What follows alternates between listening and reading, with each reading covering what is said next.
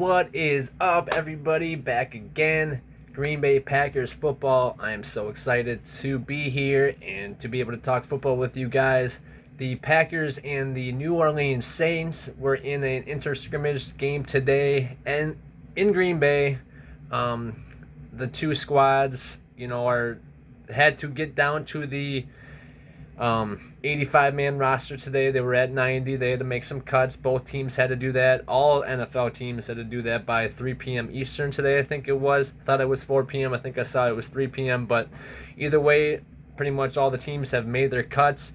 Today was really exciting to watch. The Packers, they had their preseason game against the 49ers on Friday, but a lot of the starters did not play. So these inter-scrimmage games with these other teams allow the starters to play, allow us to see kind of what the team's going to look like when they actually do hit the field for a game day.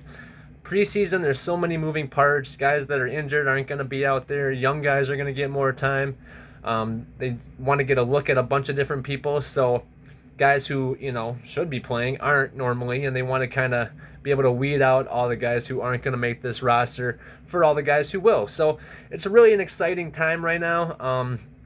I think that these are, Rodgers says so, and some of the other veteran players say they get way more out of these scrimmages than they do out of any preseason snaps that they will get. Most of the time, if they do get preseason snaps, it's not against the ones of the other squad or of the other team. So they're not really getting the looks that they need for them to really develop any better. Obviously, Rodgers has seen pretty much everything. There's not a lot that a preseason defense is going to show him that he has not already seen.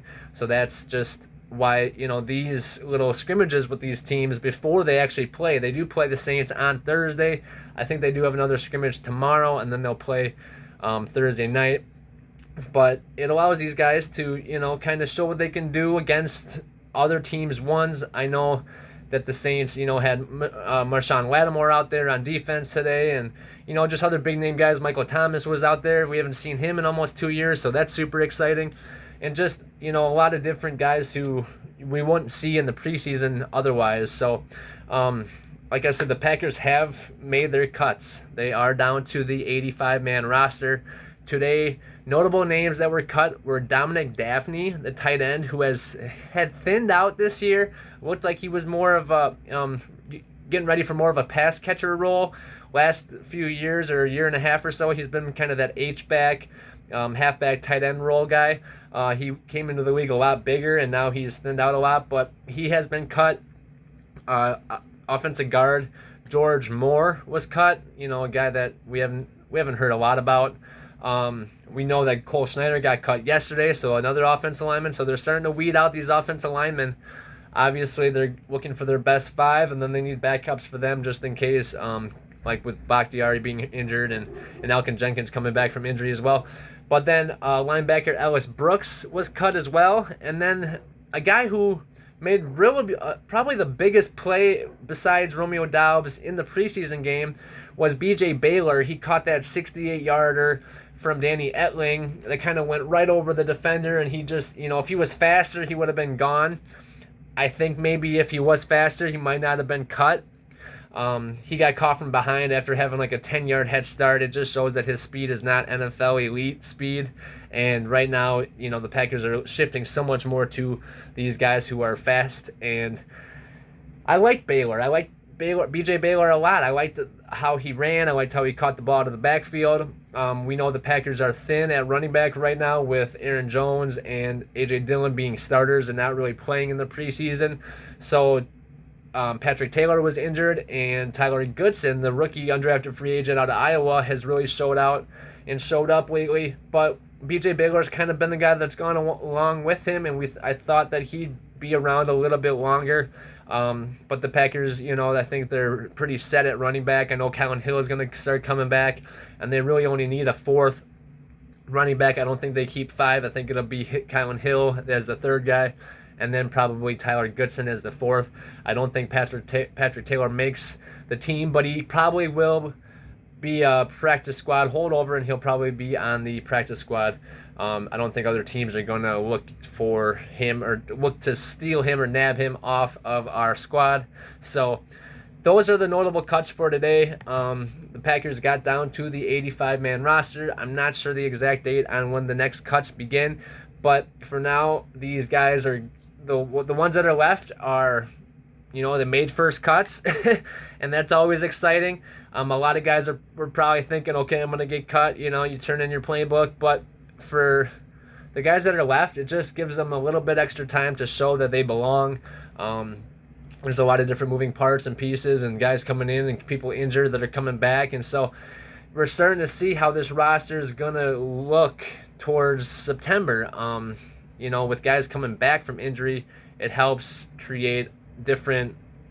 it helps us so that we kind of know what positions are going to be stacked with who and where we might have to add guys. I saw a lot of stuff today about, the Packers keeping 7 or 8 receivers, which means they, if they keep 5 defensive linemen, then they're going to have to keep a certain amount of offensive linemen. It's going to be a lot of different scenarios in which and who they keep and what positions they keep more guys in. I think tight end with the release of Dominic Daphne kind of opens that up for, obviously, Robert Tonyan's back from injury. Then you have Josiah DeGuara, who is the third-year player now. Hopefully he can make a year 3 leap. And then you have Mercedes Lewis, the wily old vet, who he's just going to come in and play like he always does. So the fourth guy was kind of going to be a battle. We thought, I read a lot about him, Dominic Daphne, in a battle with Tyler Davis, the tight end who had a lot of people talking about him coming into this training camp, into this offseason. But since the start of, some of these padded practices, he has not really showed up like, the talk about him would indicate prior to the season or the training camp starting. I thought he would be more of a guy that would show that he's a gamer, kind of just like, some wow moments. I haven't seen any of that, so I thought it was going to be more of a battle with him and Daphne. Now that Daphne's gone, I think it's going to be those 4 guys at tight end, so something to watch. But like I said, there's only 53 guys that make the team. The 16-person or player practice squad does help a lot, but the team's got to be careful. Who you put on the practice squad is eligible for other teams to swipe off of your squad for their own team. So it's really important that the Packers, figure out who they need and what they need and keep the guys that are really going to contribute to this team. It'll be, like I said, it's going to be interesting to see who makes this squad. So the Packers started their inter-scrimmage game today against the Saints with their starting offense as thus. Yash was at left tackle. I think he's going to be a solid left tackle. He played a lot last year, and going into this year, he's got a little more reps under his belt, a little more development, and he's a guy that I think will be suitable until Bakhtiari comes back from injury. Next to him at left guard is John Runyan Jr., who I like a lot now. He's been really showing me that he can hold his own at that position. He's not a guy that's going to bounce around a lot to different spots. He's kind of fixated or fixtured at that spot at left guard. I do like him there. I do like when Bach comes back, kind of keeping him there. He seems like a really suitable player for the Packers. Obviously, his dad was a long-time tackle in this league. If his son can be anything like his dad, I think the Packers found a gem. And then center, Josh Myers, who's coming into his second year. I think he's really going to start to come on. He's a guy that had a lot of potential last year, but, early rookie mistakes early on in the season and then an injury. So we don't know what to expect from him, but so far he's been given that center position and not relinquished it all of camp. No one else has really been in that center spot besides Josh Myers, so that's what you want to see. Next to him at right guard, they had Jake Hansen, and then at right tackle, Royce Newman. Elkin Jenkins was not out there in the team versus team practice today. He was doing more of the just rehab stuff on the sideline. He was still practicing, still trying to get going, but he wasn't in the full contact 11-on-11.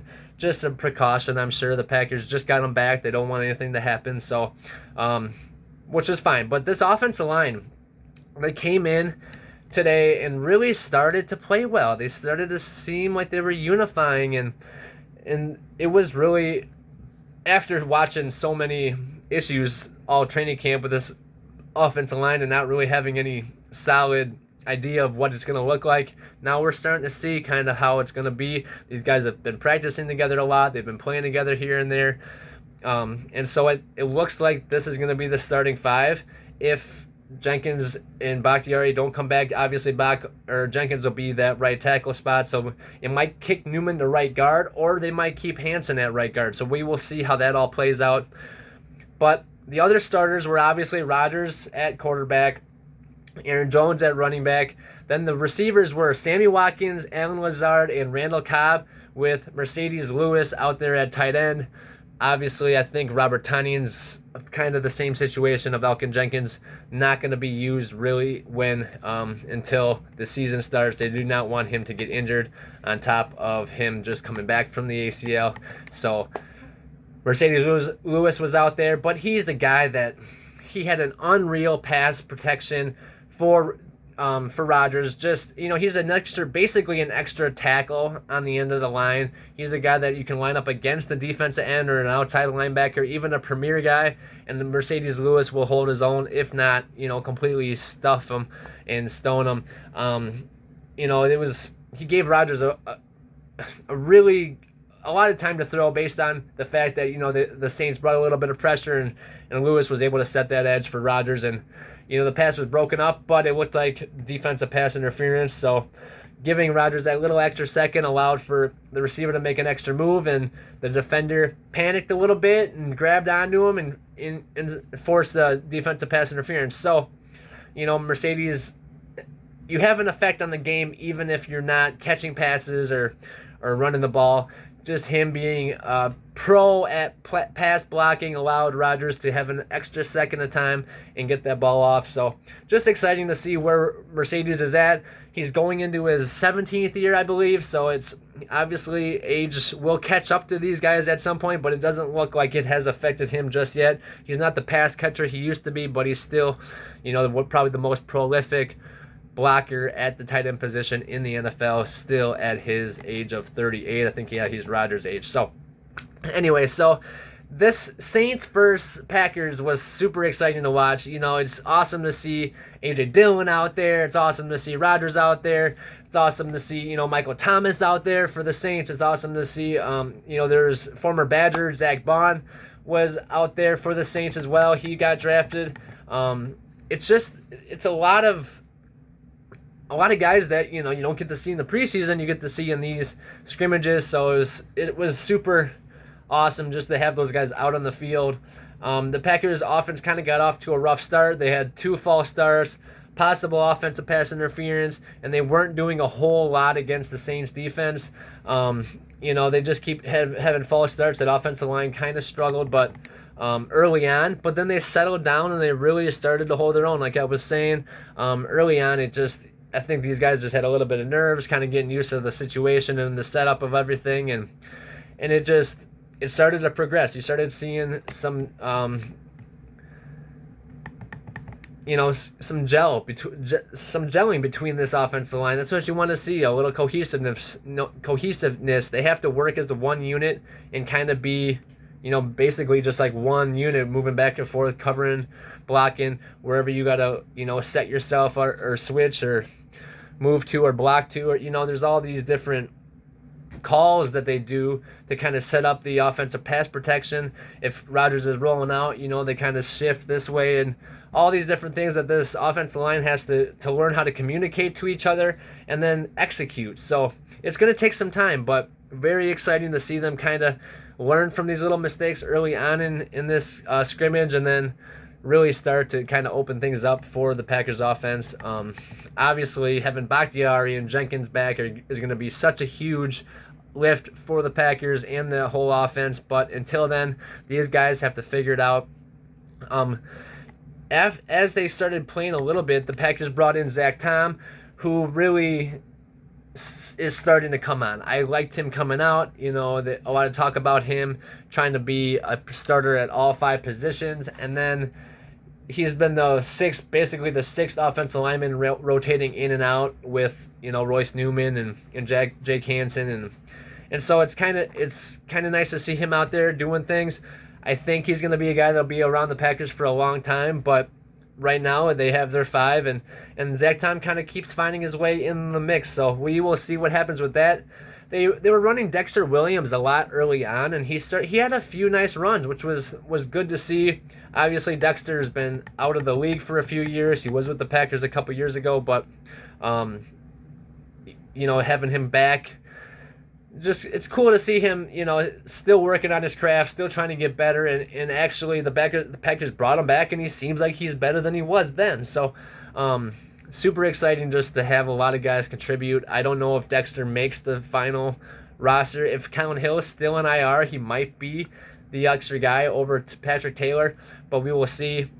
Taylor was back out there today. I know he was injured for a few weeks ago, but he got a few opportunities, and one, he got stuffed by Malcolm Roach in the middle. So he's a guy that I like, coming out of Memphis. I really did like him. He had his teammate Darrell Henderson was probably the better of the two backs, but I did like him, and he's just a bigger physical running back, bigger than Kylan Hill and bigger than Tyler Goodson. Obviously bigger than Aaron Jones. I think A.J. Dillon's probably the only one who's actually bigger, but I think Patrick Taylor is actually taller than Dillon is. So it's nice to have a kind of a big bruising back there, but he does have fumble issues, and I just don't think he has progressed like some of these other guys have.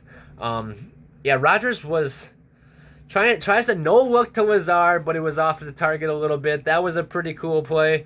Rodgers had a lot of really awesome throws today, though. He's playing really well. They brought Jordan Love out there too, who he had his struggles early on, but he found Tyler Davis in stride on a nice crosser. So it was a big play for him. Just kind of getting that timing down. That's what you want to see.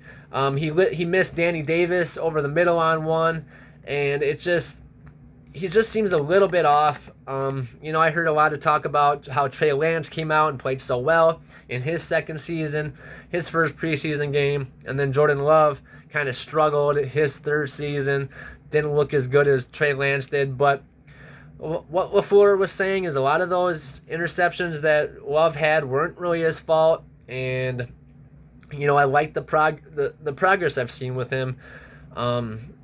I just think he needs a lot more opportunities. He needs the chances to show what he can do. He's got to learn from his mistakes and carry forward. I think he's a guy that's got a lot of talent and can be something in this league. He just really needs the opportunity, and maybe just to learn a little bit more from Rodgers, which isn't too bad of a thing to have at your disposal. So this Packers defense, I keep hearing they might be number 1 overall in the NFL by the season end. I think this defense knows they're going to be elite. I think they love the fact that they are so good. They've got guys on every single level. We've got guys that are with personality that are going to tell the offense that they know that they have their number, and it's just going to be an exciting thing to watch. Jaron Reid and Rashawn Gary, two guys who keep stepping up. Rashawn Gary is obviously a guy that I think is going to have a huge season, 15 sacks plus. But Jaron Reid, the free agent signing we got he came from Seattle to the Chiefs last year for 1 year. But when he was in Seattle, he had 6.5 sacks that season. Last year, only 2.5 with the Chiefs. But he's a guy in the middle that's really been disruptive. Just a quick first step, getting inside on the offensive lineman and really, causing issues with the penetration. I just want to keep watching how he progresses, especially with Kenny Clark next to him. The entire front collapsed, and they credited Preston Smith with the sack, but Reed, Clark, and Gary and other guys all came around and got the quarterback.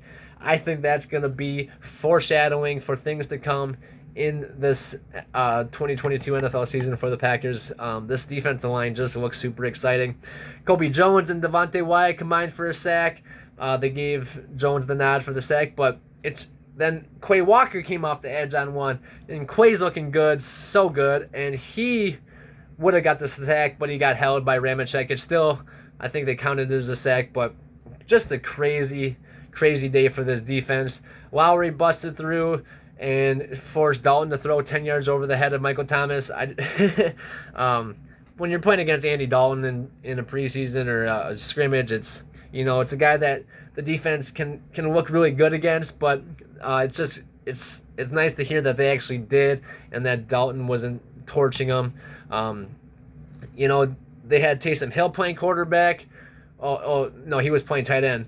He had Ian Book playing quarterback. He was throwing it to Taysom Hill, and Taysom Hill, dropped one over the middle, and Ian Book just struggled a little bit, but had a little success against the Packers' second-team defense, but not a whole lot. Sean Davis did get him for a pick six. Sean Davis has been kind of that safety number 4, with Vernon Scott being that the sub for Darnell Savage while he sits out. Just something to watch, that little battle. If Sean Davis can keep proving that when it's a game situation, he's the better guy. In practice they keep using Scott, but if you have Davis come in and make plays in the game, it's going to be hard to say that he's not more of a gamer, and that's just what you're looking for. Something notable and interesting, Eric Stokes and Rasul Douglas were the perimeter blockers on punt return, which I find interesting, but the Packers have been using a lot of their starters on special teams this season, and I think just having those guys out there who take pride in their team, who want to realize that special teams is just one third of the phases when it comes to football. All 3 phases are important, and special teams is equally as important as the other 2. So these guys that are upset with how things happen, what happened last year, how things ended up last year. A.J. Dillon was so upset with what occurred in that 49ers game in the playoffs. He got hurt on that punt when he was trying to block. He got hit in the chest, and he was out for the whole second half, basically. Wasn't able to be in there for a lot of those, and the special teams blunders. And at the end of the game, we couldn't move the ball, which is usually A.J. Dillon's time to pound it down the other team's throat. So a lot of those little things, but I hope for the Packers' sake that they can figure out these special teams issues. They got that Amiz Rahmed guy, the kicker. I think he made a nice 40-yarder today. He actually got it through the uprights, not just the powerful leg. He's starting to work on his accuracy, and he's a guy that I think can push Crosby. If he's got a 61-yarder, Crosby's longest I think is like 58, if I have to remember. But that's in the NFL, and who knows if this guy can kick it in a game when it matters, when it's clutch time. So Kamara did burn Quay Walker on one. Quay found out that Alvin Kamara is definitely a guy to watch out for with his speed and agility. Learning experience for Quay Walker, just something to watch. Dean Lowry had a great pass rush, batted the ball down, got in the guy's face. Jaron Reid has been a revelation, so strong in the middle, just powerful, quick first step, getting inside. I just love this signing for the Packers. Gutekunst really found the Packers a gem. Doesn't have to be the guy because Kenny Clark's there. You brought Devontae Wyatt in, who's going to push everybody to be better as well. And then Dean Lowry is just Mr. Consistency. And then you had a guy like Jaron Reid, who is trying to resurrect his career. A guy out of Alabama who's had success in the past. And it's starting to show. It's starting to show for real. So I'm excited. Obviously, I think you can tell. You can probably tell. But Romeo Doubs, I know I'm jumping all over the place here, but I'm just kind of, it was kind of play-by-play, and my notes are like play-by-play. So Romeo Doubs had a huge touchdown, by the pylons in the red zone. He's just really come on as a rookie.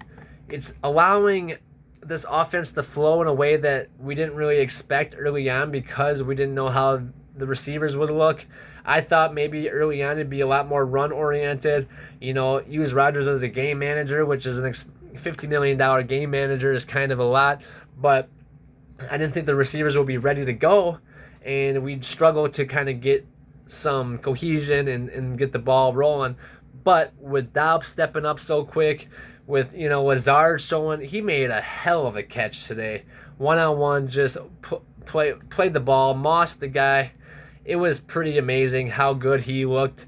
The fact that he stepped up to be a number one. Sammy Watkins has been playing well. He actually probably had his best day at camp. I know Rodgers missed him on a few, but he hit him on a deep one along the sidelines for a huge play. It was really, seeing Watkins kind of perform when it matters. I know it's not a real game, but they kind of set it up like it's real game situations. So to see him actually play well then is really exciting. Danny Davis limped into the Hudson Center. I know Rashawn Gary actually went to the Hudson Center as well. Kind of just precautionary things, but still, you don't want to see any of that. I know Rashawn came back out. He actually had his helmet on and tried to get back in, but they did not allow him to. Danny Davis is a guy that I'm going to have to look into further, see what kind of issues are going on with him. I don't think he has a chance to make this fit the 53-man roster, but he's definitely a guy that would probably make the practice squad. Another team might even swipe him because he's been making plays. He's been doing well. I liked what I've seen out of him. I did not expect much from him. The Badgers weren't really a pass-heavy team. They had Jonathan Taylor, so they ran a lot. And then last year they had Braylon Allen, so they've just been running the ball a lot. And Danny Davis still was able to put up some numbers. He was basically the go-to guy for the Badgers. And now that he's in the NFL, he's kind of showing, maybe I could have handled more receptions and more of the load. But like I said, they had JT. They didn't need anybody else. Okay.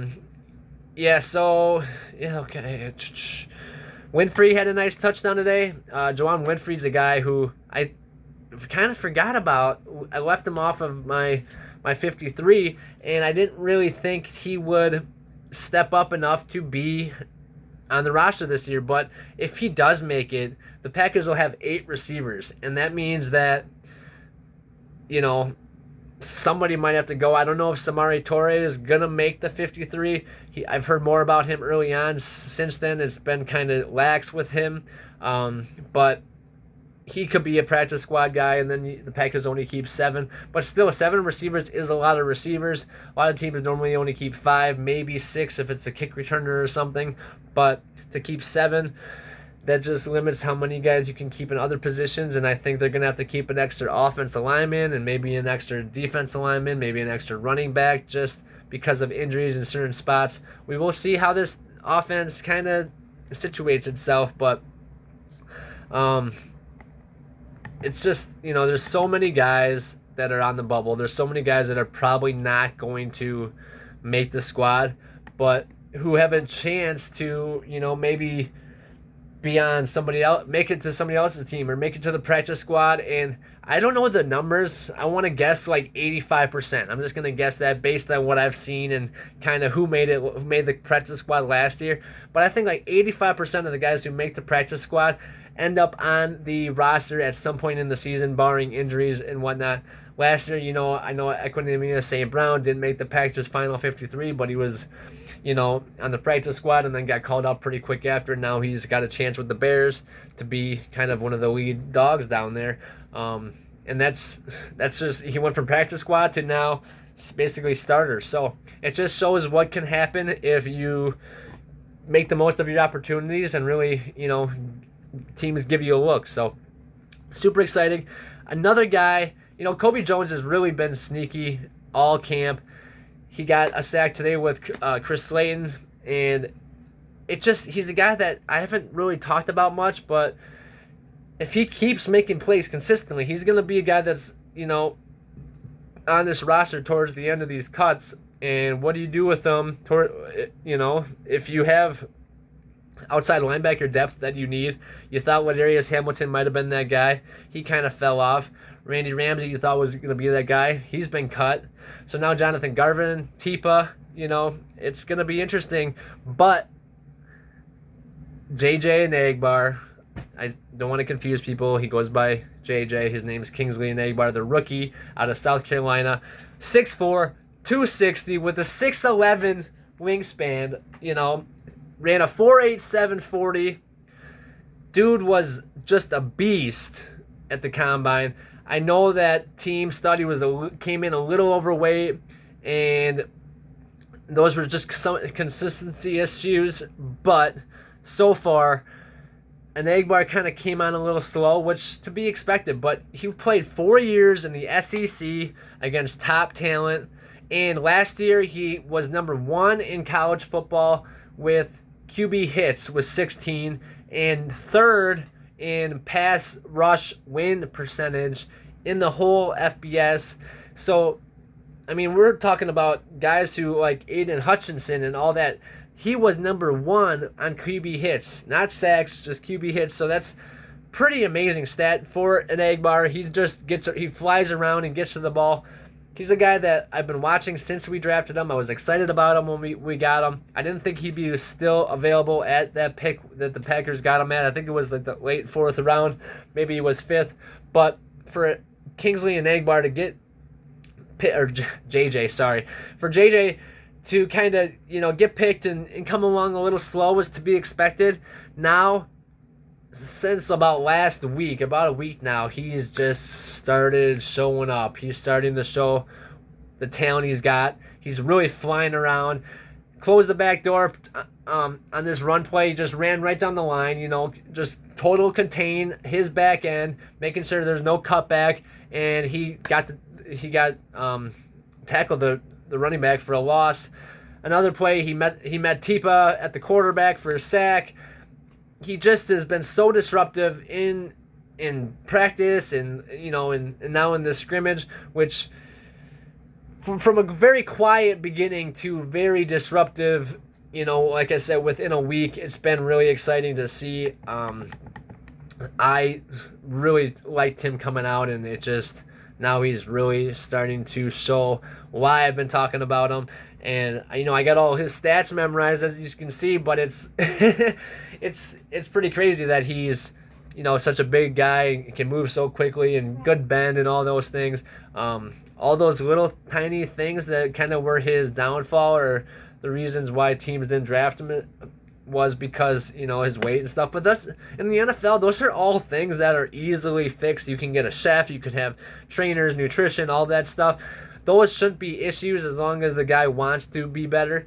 Obviously, Eddie Lacy ate himself out of the league, so it happens. But for guys that actually want to be better, in college, it's easy to, kind of slip up on your eating routine and all that.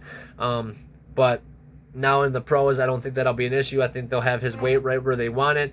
And I think Enagebare is going to be excellent as a rotational outside linebacker for the Packers this year. Sammy Watkins, he really had a good practice today. I kept saying that, geez, Sammy, you're just not performing. You're kind of on the bubble. To me, you're a guy that we brought in as like a security net, just in case our rookies kind of sucked. And then we'd have Sammy. But the rookies have been playing so good that it's been kind of pushing Sammy that, okay, Sammy, you got to do something. Jaron Winfrey's coming on. You got Allen Lazard. You got Randall Cobb still.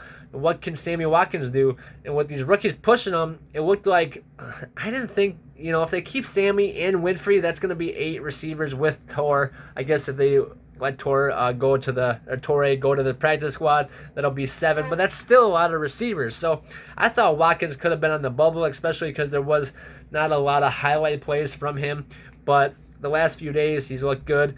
This was probably his best practice as a Packer. Maybe he's just kind of getting it going now. He had a great catch over the middle, probably his best day at camp. And Rodgers looking to him early and often. And it seems like they're kind of starting to get a rapport together. Watkins had some nice catches, but not as good as the one that Allen Lazard had on C.J. Gardner-Johnson. It was, what I'm reading said beast mode catch, but it was, up over the guy. And he's a defender C.J. Gardner-Johnson is good. He's really good. Earlier on, Romeo Doubs had a play where he didn't get the ball thrown to him, but it was one-on-one against Marcus Williams. We all know Marcus Williams is the famous or infamous Minneapolis Miracle defender that was in the air when Stephon Diggs caught it. But for Doubs, at the line, he kind of shook him, gave him that 4.5 speed on the outside, and had like 2 steps down the sideline. And if Rodgers, was looking that way, it would have been 6 for sure. So this offense is starting to come along. I really like what I see. The offensive line starting to figure it out. The young receivers are starting to figure it out. We got Tanyan back. The running backs look just beastie. I think A.J. Dillon and Aaron Jones are going to combine for 2,000 yards this year easily. That's even low because at this point with 17 games, to average 1,000 yards, you need to have 59 yards a game. Whether it's catching or whether you're a receiver or a running back, it's 59 yards a game to get to 1,000-yard season, respectively. Whether it's pass reception or receiving yards or rushing yards. So that doesn't seem like a lot to ask. It seems like both of those guys could have that many yards rushing and receiving in a game combined. Each. So AJ Dillon and has 60 yards rushing, 60 yards receiving. Same with AJ or Aaron Jones. It doesn't seem that it might not difficult, but it doesn't seem like it's that out of the realm of possibility for them both to have 120 yards average per game and have this offense work through them. I know some of these receivers are going to have big games too, but it's not out of the realm of possibility that each average 59 yards a game, whether it's rushing or receiving. I'm super excited with those weapons, and then obviously Rodgers, if he trusts these guys he's throwing it to, this offense is going to be electric no matter what.